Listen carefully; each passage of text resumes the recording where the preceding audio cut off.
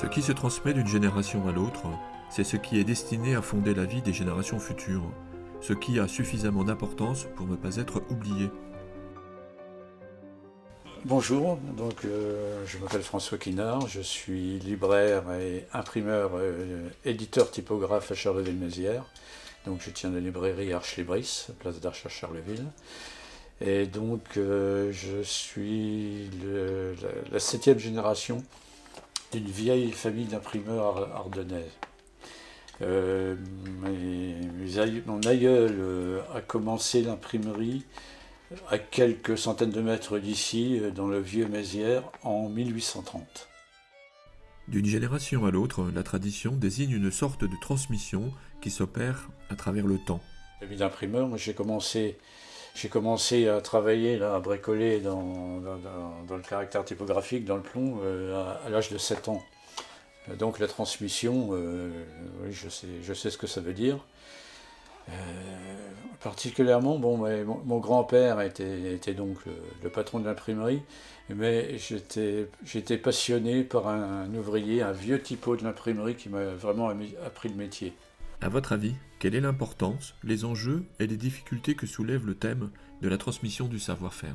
En fait, ça a été assez compliqué parce que l'imprimerie est donc, comme je le disais un petit peu, un métier qui a énormément évolué. Hein, on est passé du plomb au numérique en quelques années. Donc moi j'étais quand même déjà à l'aise, même très jeune, dans le plomb, mais j'ai voulu tout de même suivre le progrès. Et donc j'ai appris l'offset au lycée technique de Reims, au lycée Roosevelt à l'époque, il y avait une section imprimerie. Je me suis plu également dans l'offset, en travaillant dans l'offset comme dans la typo. Par contre, quand on est arrivé au numérique, là j'ai eu beaucoup plus de mal, je ne retrouvais pas les valeurs qu'on m'avait apprises. Pendant l'apprentissage, de quoi résulte le conditionnement du geste pour acquérir une bonne dextérité à la mise en œuvre de la composition ? Le geste vraiment du typographe, c'est justement cette façon d'attraper, c'est un peu primaire ce que je veux dire, mais c'est d'attraper le caractère dans son castin, de le mettre dans le bon sens tout de suite et d'aller avant. Dès qu'on a pris une lettre, en fait, il faut qu'on pense à celle qu'on va prendre après. Donc c'est pour ça qu'on doit connaître vraiment absolument par cœur les emplacements. Et ça, c'est le travail. Hein. Il n'y a que à force d'en faire qu'on obtient cet automatisme. Après, les maîtres d'apprentissage, on a tous une différentes façons de tenir. Donc cet objet, ça s'appelle un composteur, c'est ce qui permet de créer les lignes de caractère. Donc on a tous un petit peu sa manie pour le tenir. Ouais, je sais que moi, il faut toujours que j'ai... Donc évidemment, on se sert de la main droite pour prendre le caractère. Et c'est surtout finalement la main gauche, la manière de tenir le composteur, de tenir la lettre, qui fait la vitesse de composition. Mais franchement, il y a que l'expérience. Hein. Il faut en faire. Alors un apprenti au début va mettre un quart d'heure, 20 minutes pour composer une comme ça. Avec un peu d'habitude, on fait ça en 2 minutes. La tradition, l'intention, l'éducation conditionnent-ils le geste dans votre profession ? Comme on dit, moi je suis tombé dans la marmite étant tout petit. Depuis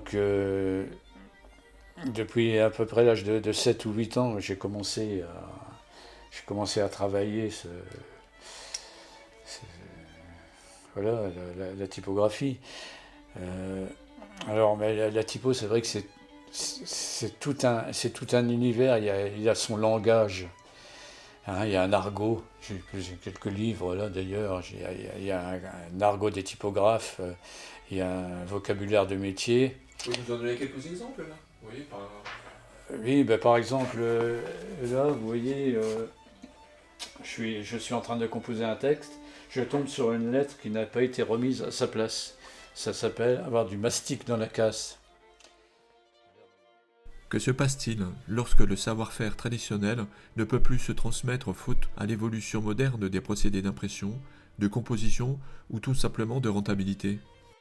Par contre, ce que je peux dire, c'est que justement, moi, c'est un peu mon gros problème, c'est que c'est un métier très intéressant et j'ai des jeunes qui viennent en stage qui aimeraient, qui aimeraient pouvoir faire ce métier, mais malheureusement, il devient vraiment très très difficile d'en vivre. Hein, puisque, comme je le disais il y a quelques minutes, il faut 10 fois plus de temps à composer un texte en typographie que sur un ordinateur. Donc malheureusement, c'est plus viable. Alors, bien sûr, on trouve des niches comme l'édition d'art, et là, il y a des petits ateliers qui se rouvrent en France. Il y a des gens aussi qui s'amusent à faire des cartes un peu fantaisie, des affiches fantaisie. Mais c'est vraiment difficile. Donc il y a aussi des solutions pour que le métier ne meure pas complètement. Il y a des gens qui travaillent sur ordinateur, je suis en train de chercher le terme, graphistes sur ordinateur, et qui à côté ont une petite machine, quelques cases de caractères pour faire des travaux bien spécifiques. Hein. Il y a eu aussi à un moment, il y a une mode qui malheureusement a eu beaucoup de mal à faire surface, c'est-à-dire c'est ce qu'on appelait le letterpress. En fait, letterpress, ça veut dire typographie en anglais. Mais le letterpress à la française, c'était d'imprimer, par exemple, des faire-part de naissance, des faire-part de mariage, sur un papier très épais et en débossé, c'est-à-dire en creux dans le papier. Et ça, seule la typographie permet de le faire. Ce qui est aussi amusant, c'est que aujourd'hui, volontairement, on met une grosse pression sur les imprimés en typo. C'est-à-dire qu'on va bien appuyer dans le papier, le caractère va appuyer dans le papier pour bien marquer justement la particularité typographique. Maintenant, on cherche ça. Et moi, quand j'étais jeune apprenti, c'était une grosse erreur à ne pas faire, mettre trop de pression. Il fallait surtout pas. Si on mettait trop de pression dans le papier, on se faisait engueuler par le patron. Donc voilà, le type de papier, là c'est un velin d'Arche de 250 grammes. Alors ce qui est amusant, c'est que en édition d'art, on se sert ou de papier de luxe comme ça, ou au contraire, on a beaucoup aussi de papier de récupération ou de papier recyclé. C'est-à-dire qu'on est un peu aux deux extrémités des qualités de papier. Hein, maintenant, en numérique, en offset, on se sert beaucoup de papier glacé. Ah, moi, ça, j'aime pas du tout.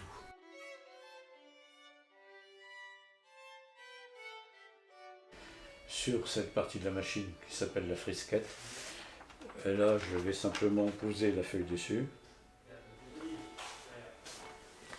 Voilà. Je rabats la frisquette. Et avec la manivelle, donc cette partie de la machine où il y a la forme s'appelle le marbre.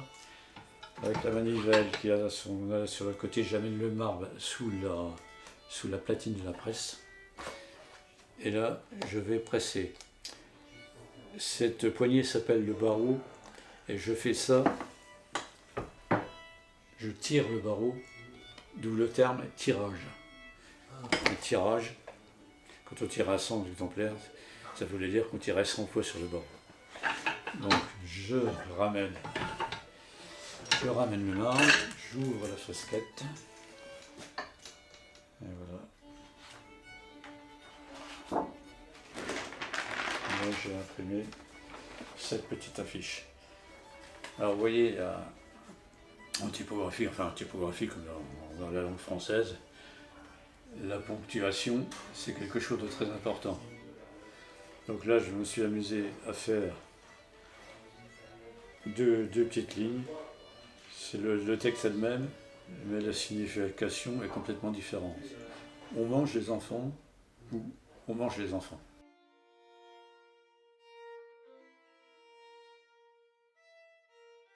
C'est une anecdote plus familiale qui n'est pas vraiment qui n'a pas grand chose à voir directement avec le savoir-faire de l'imprimerie, de la typographie.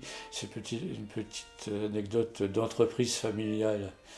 Donc vous savez, donc on est à Charleville, la ville de Rimbaud. Et donc en 1870, Arthur Rimbaud voulait faire imprimer son livre Une saison en enfer, le seul qu'il ait fait imprimer de lui-même. Donc il a fait le tour des imprimeurs de Charleville pour essayer en désirant faire imprimer son livre. Mais il n'avait pas beaucoup d'argent. Il avait un petit peu une dégaine qui pour l'époque n'était peut-être pas très... ce que je veux dire, hein, cheveux longs, etc. Les imprimeurs étaient des bourgeois. Et donc, mon grand-père me disait que son propre grand-père, qui s'appelait Albert Gonsin, aurait reçu Arthur Rimbaud, et que naturellement, il lui a présenté son ouvrage, La saison en enfer, qui d'apparence, quand on ne connaît pas la poésie, c'est très très difficile d'accès. Le petit jeune là n'avait pas un sou, donc il n'a pas imprimé La saison en enfer de Rimbaud. Alors commercialement, c'est très bien parce que finalement il a été le faire imprimer à Bruxelles. Hein, c'est une imprimerie de Bruxelles qui a accepté d'imprimer la saison d'enfer, mais l'imprimeur de Bruxelles n'a jamais été payé. Donc on peut regretter de ne pas avoir imprimé une édition originale de Rimbaud, mais bon, ça peut se comprendre. Voilà.